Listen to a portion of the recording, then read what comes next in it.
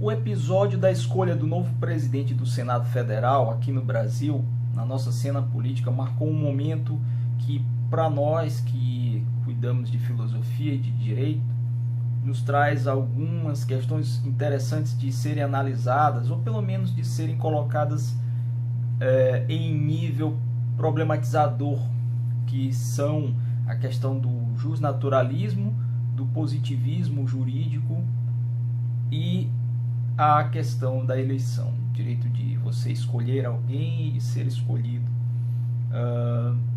O justnaturalismo era aquela posição conceitual, a ideia, né, que o direito trabalha há muito tempo, que diz que alguns desses direitos que nós temos, né, visando o justnaturalismo, elas provêm ou da própria natureza, são direitos que existem no universo, universalmente, que são comuns a qualquer ser humano. Outros que dizem que o direito natural, esse direito natural provém de Deus, e outros que dizem que ele é de origem racional. Ele é fruto da racionalidade humana que percebe, reconhece, categoriza, conceitua determinados valores que nós chamamos de direitos e que eles são ligados à nossa condição humana. Pois bem, por que eu estou falando disso? Porque, por outro lado, existe aquilo que o direito e a filosofia jurídica também se debruçam sobre, que é o famoso positivismo jurídico. É aquela postura dogmática, técnica, mais fria, mais densa, que coloca que o direito é tudo aquilo que está na lei. Então, o que de fato existe como direito não é o que está na natureza, não é o que vem de Deus, de uma força superior, cósmica, não é o que o rei, que é um iluminado, recebe para poder reger os seus súditos, não. E nem é só aquilo que é objeto da racionalidade humana, não. Para o direito positivo, os direitos, para o positivismo jurídico, os direitos estão inscritos nas leis que são feitas por um processo legislativo e que emanam de um poder superior, que é o Estado. O Estado, enquanto organização política, administrativa, ele é o criador das leis. Pois bem, feitos esses dois retoques, esses dois reparos, essas duas lembranças, a gente passa à questão da escolha. Dentro da política, no que se viu no Senado, era a discussão entre dois grupos de senadores que queriam eleger um novo presidente para a casa e que se dividiram entre voto aberto e voto secreto. Nós, quando votamos, nós cidadãos, eleitores brasileiros, temos por ordem constitucional que votar de forma... O voto é universal, ele é livre, mas ele é secreto. Nossa condição de segredo no voto, quando votamos na democracia representativa, votamos nos nossos representantes, que serão os legisladores e os chefes do executivo, nas esferas estadual e federal, nós temos esse comando que vem da Constituição Federal e depois vem por reflexo, né?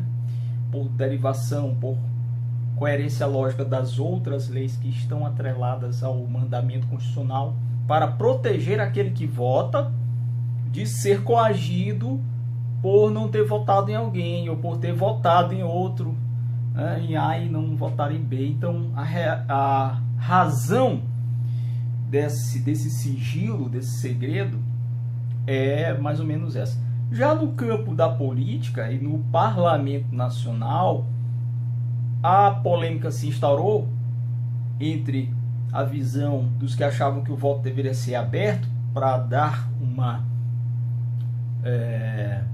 satisfação à população brasileira, à sociedade que estava acompanhando vivamente aqueles debates e todas aquelas polêmicas que começaram a se instaurar. Era o interesse principal, a função dessa discussão era saber se realmente se deveria fazer isso de forma aberta, para que o povo soubesse cada um em quem votou, ou de forma fechada, porque estava no regimento interno da casa. Aí entra a questão do justnaturalismo e do positivismo. Se fosse pelo direito natural, quando as leis não dão conta de nos dizer o que devemos fazer, qual comportamento, qual conduta ela espera de nós, ou ela determina que nós tenhamos, em todas as esferas da nossa vida, na esfera civil, na esfera administrativa, na esfera penal, né, nós temos uma sequência lógica de hierarquias normativas a seguir. Nesse caso aí da escolha do presidente e do Senado, eles tinham à mão a Constituição Federal, que diz o que é o Senado, quais são os poderes, quais são as suas atribuições, como são organizadas as casas do Senado e da Câmara dos Deputados, as atribuições, as competências, aquilo que devem fazer os senadores, enfim. Ele dá comandos à Constituição Federal, é a norma maior e é aquela que deve ser respeitada sempre. Depois dela viria o próprio regimento interno da Casa do Senado, que dizia que o voto era secreto. Então está no regimento interno que o voto é secreto. A Constituição não diz de forma esmiuçada que é isso, mas se o regimento não fere a Constituição e ele está em consonância, em acordo, em concordância com os mandamentos constitucionais, numa visão meramente positivista, e aí entra o direito positivo, faz-se aquilo que está na lei. Portanto, em princípio, não deveria ter existido o debate entre vamos votar em aberto, vamos votar em fechado, vamos votar em segredo, o voto é secreto, ninguém vai saber quem votou em quem, só vai ver o número no final com os eleitos, quem recebeu quantos votos e tal. Ou vamos votar nominalmente, falando nosso voto, deixando claro que nós aqui representamos o povo, ou no caso, senadores dos estados, cada um representa um estado. E como estamos num período onde a democracia deve ser consolidada e as posições tomadas devem ficar claras, seria de bom grado que todos ali dissessem se iam votar em Renan Calheiros, se iam votar no presidente que por fim foi eleito ou em outra pessoa qualquer. Isso não aconteceu porque entra um terceiro patamar dessas esferas de comandos normativos. O primeiro, a Constituição Federal, não foi levado muito em consideração. O segundo, eles ficaram na polêmica porque o regimento interno do Senado fala que o voto é secreto. Terceiro, uma decisão do Supremo Tribunal Federal, a partir de uma provocação de um dos partidos e de uma das pessoas interessadas na eleição, leva à noite para que o ministro Toffoli decida, e ele lá, na urgência do caso, diz que o voto tem que ser secreto, de acordo com o que diz o regimento interno da Câmara. E aí, nesse momento, a gente entra com a discussão filosófica sobre essa escolha, se foi certa ou não. E, inclusive, uma das senadoras fez uma pergunta singela, porém profunda, que é: e se nós não votarmos secretamente, se nós votarmos em aberto, há alguma punição? Nós seremos sancionados por causa disso?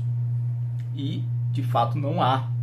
Há uma lacuna, não há previsão nenhuma. Até porque esse princípio republicano e o princípio democrático, se forem observados, e nós estamos em uma democracia, em que pese muitos dizerem que não, nós estamos no regime democrático, uma república federativa que tem essa natureza de regime. Se você, quanto parlamentar, que é alguém que representa o povo e a sua soberania, que o povo é soberano, e que está ali como se fosse uma longa-manos desse mesmo cidadão, desse mesmo eleitor, que lhe deu o voto e que chancelou a sua ida àquelas casas como representante dos estados e representante do povo, na Câmara, no caso, e os representantes dos estados no Senado, que mal haveria em você dizer que vai votar em A, que vai votar em B? Que mal haveria? Qual seria o grande problema? Qual seria o malefício à democracia se eles desrespeitassem o regimento interno e seguissem o bom senso e uma resposta do direito natural, do justnaturalismo, que é quando a lei não é muito clara, ou quando há uma lacuna, ou quando a lei não consegue, a lei positiva que eu falo, e aqui eu estou fazendo também uma contraposição ao direito positivo, aquilo que está na lei, na objetividade do texto legal não disser, não resolver a situação, deve-se fazer uso do direito natural, um direito racional, que é tentar encontrar qual o valor, qual o bem que pode ser protegido e qual a forma de fazer isso que não viole um senso médio de que aquilo ali está dentro do direito. E isso mais ou menos poderia ter sido feito, poderia ter ocorrido dentro daquele debate entre o direito positivo e o direito natural, ou seja, votamos e seguimos o que está na lei, mesmo sabendo que a população que se expressava nas redes sociais desde antes da eleição e que durante o dia e as horas que se passaram a esse debate infindável, que inclusive deu por resultado a suspensão do plenário, da reunião, da Assembleia, para que no outro dia se fizesse a votação, se o povo pede e pressiona os representantes para que deem seus votos em aberto, inclusive muitos deles estavam nas redes sociais recebendo de seus eleitores mensagens, estavam se comunicando, inclusive perguntando em quem eles deveriam votar, quem os eleitores achavam que eles deveriam votar, ou como deveriam votar, se em aberto ou em fechado. O que isso teria de mal? Qual seria o grande prejuízo à democracia se eles tivessem desrespeitado a lei, no caso, a norma interna daquela casa legislativa, que é o regimento interno, que diz como devem proceder, e inclusive desrespeitado uma decisão do Poder Judiciário, já que ali é um outro poder. Estamos falando do Poder Legislativo, que tem também, eles são harmônicos, os poderes, mas são independentes entre si. O Poder Legislativo, neste ponto, em que pese a decisão de um único juiz, de um único ministro, de um único magistrado, ainda que de uma Corte Suprema e que é guardiã da Constituição Federal, será que eles, enquanto poder, enquanto membros de um poder, que é o legislativo, não poderiam ter seguido o direito natural e votado em aberto, respondendo ao anseio da soberania popular que ali os colocou? Essa é a questão que eu trago para todos vocês. No final das contas, foi eleito um novo presidente, seguiu-se o voto secreto, perdeu-se muito tempo e se trouxe esse debate que é muito interessante, mas não foi levado à frente porque os interesses eram outros, mas que dá esse caso muito bom de ser analisado, inclusive em sala de aula pelos professores.